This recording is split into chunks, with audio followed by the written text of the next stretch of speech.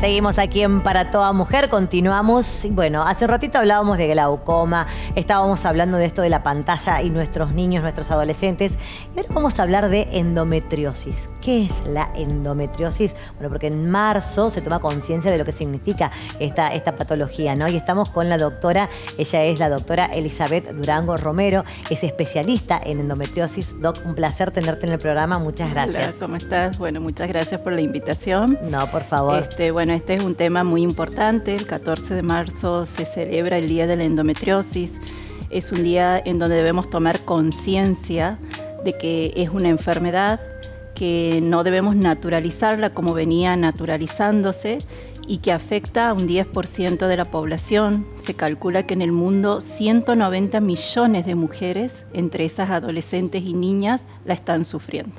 Es una enfermedad crónica, es una enfermedad silenciosa que se caracteriza por implantes endometrioides fuera del útero y que van produciendo adherencias, formaciones tumorales, depende si es en el ovario, en el intestino, y que se caracteriza por dolor pelviano crónico. El famoso dolor pelviano crónico que hemos estado acostumbradas. El famoso, ay, me duelen los ovarios cada vez que estamos menstruando. Que menstruaba y que se dividían mujeres que nos dolían menos, a ninguna, menos, más, y unas que directamente afectaba su calidad de vida. De ahí viene el Día de la Mujer, en la cual no trabajaba o no hacía sus actividades. Yo me acuerdo de educación física, tenías que presentar el certificado. Sí. Y eso era endometriosis, que no estaba visibilizado. Bien. Por eso, digamos, el spot hoy es: si duele, no es normal.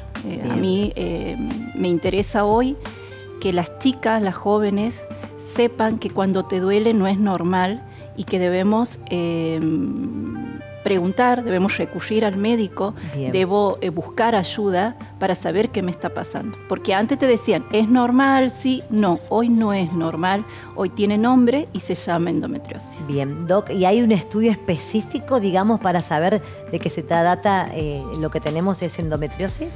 Sí, hay un estudio específico estándar que es la ecografía ginecológica transvaginal. Depende la edad de la mujer.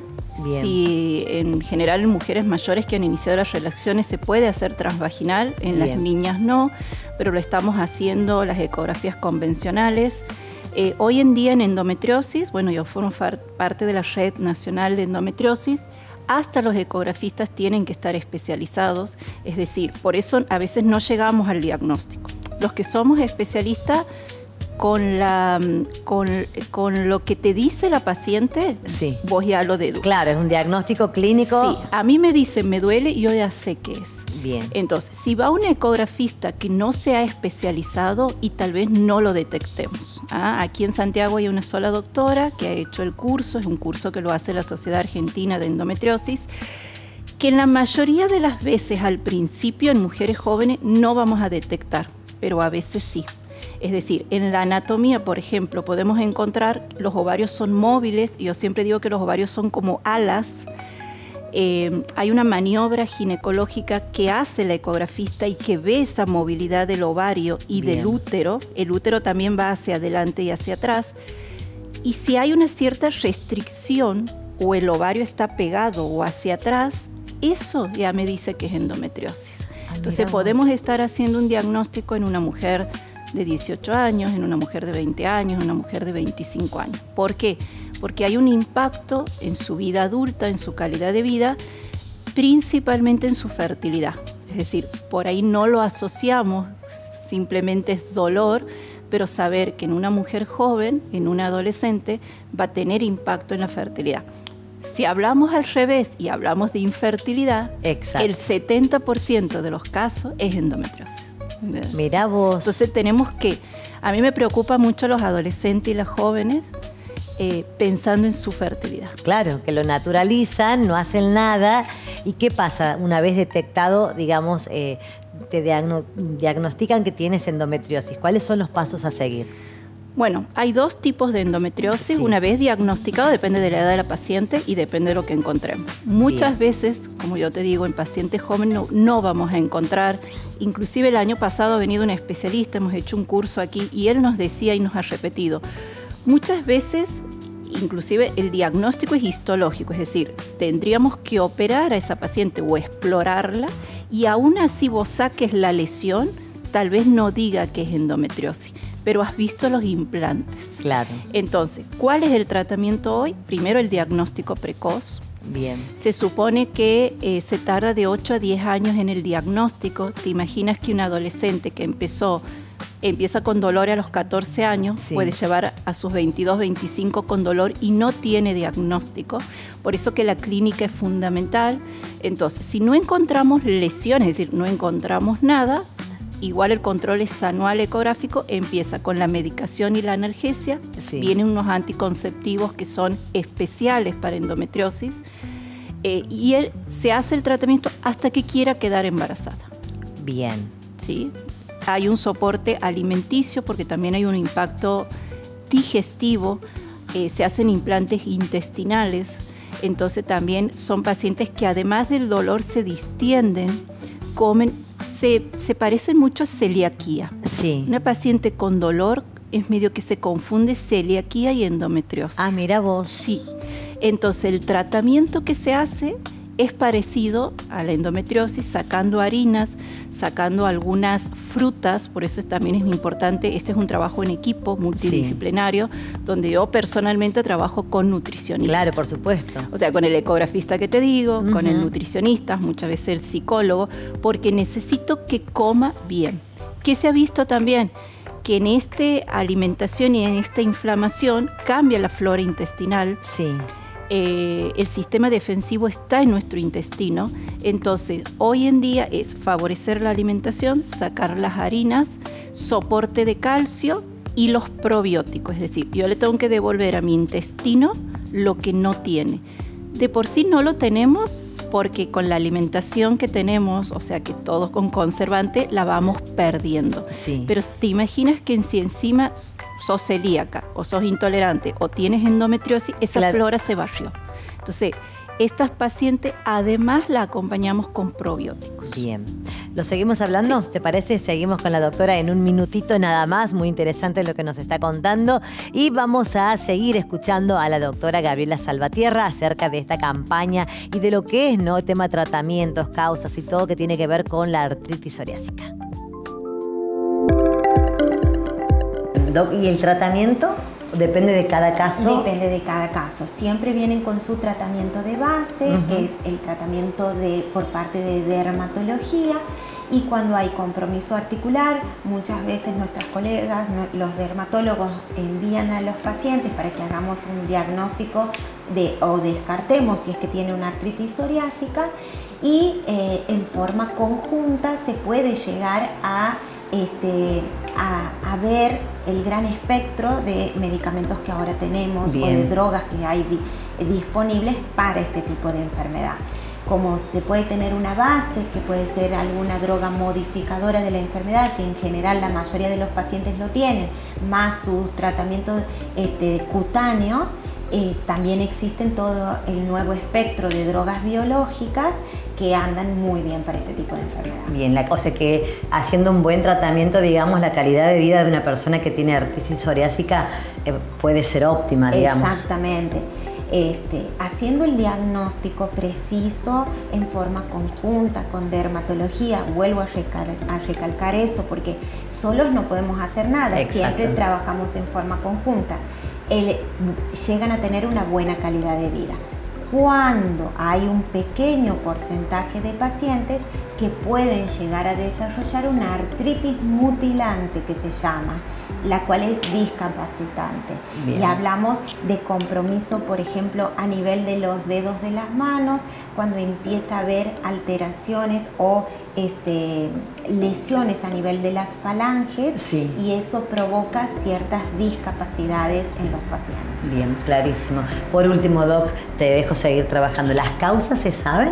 Y se cree que en un sistema inmunológico predispuesto, como siempre hablamos, ciertos factores genéticos, ambientales o algún tipo de infección pueden ser desencadenantes de estas reacciones a nivel articular y a nivel de piel. Bien. Algo que tendríamos que remarcar, que es muy importante en este tipo de pacientes, que son pacientes que tienen muchas comorbilidades o que pueden desarrollar comorbilidades cuando su artritis psoriásica no está en una etapa dormida de la enfermedad, como es la diabetes, como es la hipertensión arterial, como unas alteraciones metabólicas que desarrollan estos pacientes, como también vasculares. Bien. Entonces, es sumamente importante el diagnóstico oportuno, precoz, que el paciente le cuente, porque siempre va primero el dermatólogo en general,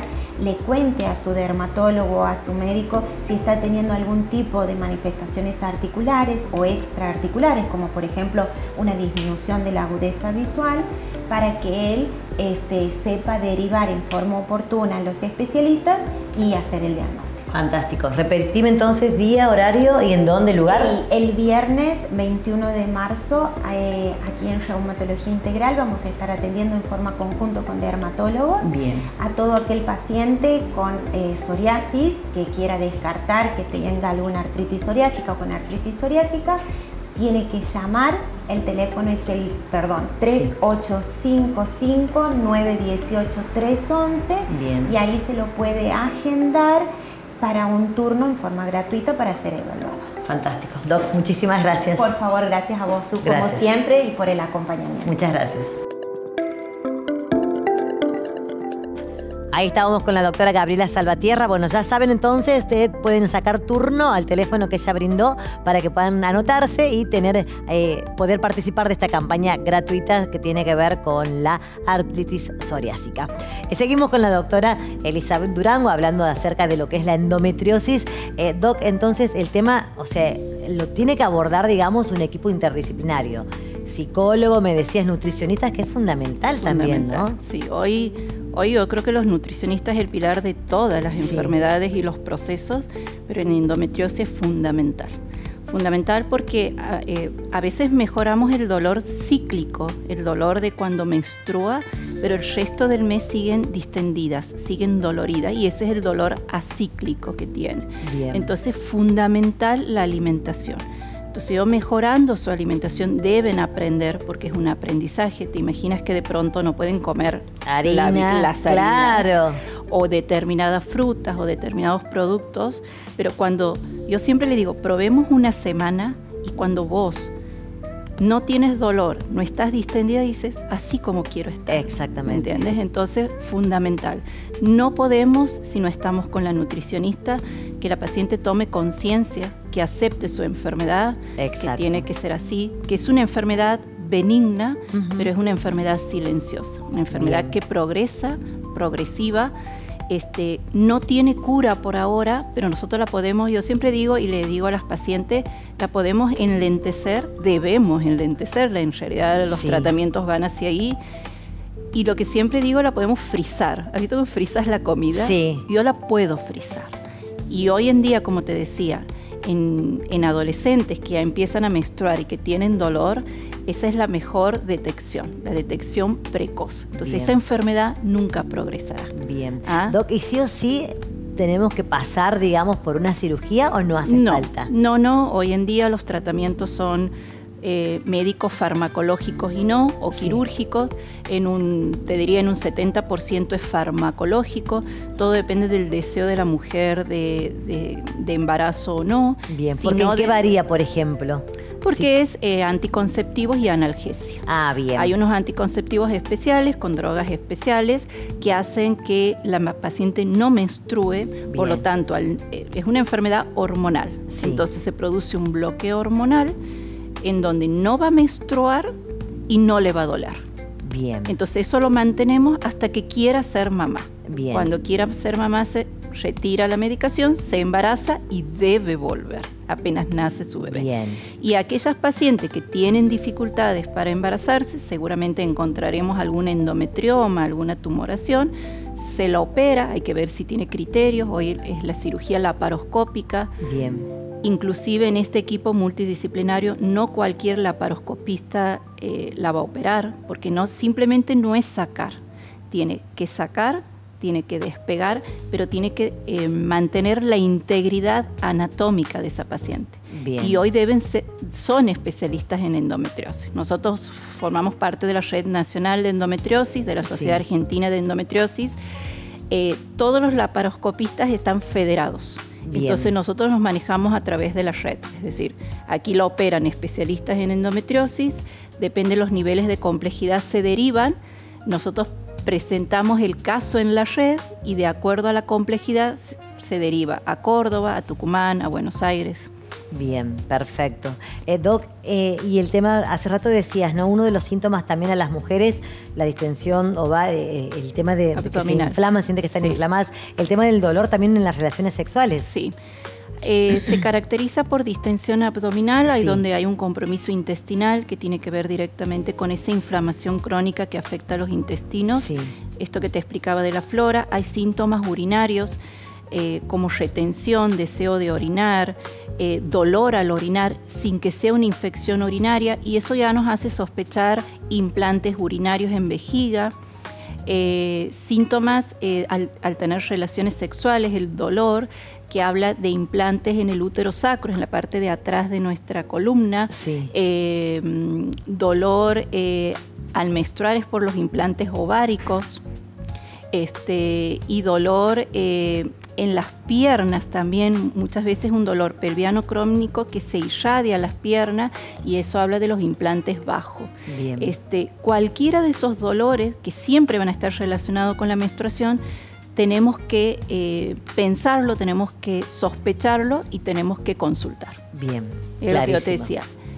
Cuando duele no es normal. Bien. Eso a tener en cuenta, no naturalizar el dolor. No naturalizar. Eso es fundamental. ¿Y se saben las causas? No se saben las causas, es multifactorial, se ve no es genético, se está estudiando, pero se ve en familias, digamos, la mamá, la abuela, tiene que ver con la alimentación, tiene que ver con la vascularización, tiene que ver con gérmenes determinados, con la flora intestinal, pero no hay una causa. Hoy se habla que en niñas que se encuentran, se habla de una menstruación retrógrada, que eso ocurriría ya en el embarazo cuando nace la niña. Ah, mira vos. Sí. Entonces ese es un origen, y eso explicaría que en niñas que comienzan a menstruar 12, 13 años ya tengan el síntoma. Pero bueno, es multicausal o multifactorial. Bien. No hay algo determinado, digamos, que te puede decir es por esto. ¿Lo seguimos hablando? Sí. Dale, seguimos. Ahora vamos a hacer una pequeña pausa, la última aquí en Para Toda Mujer.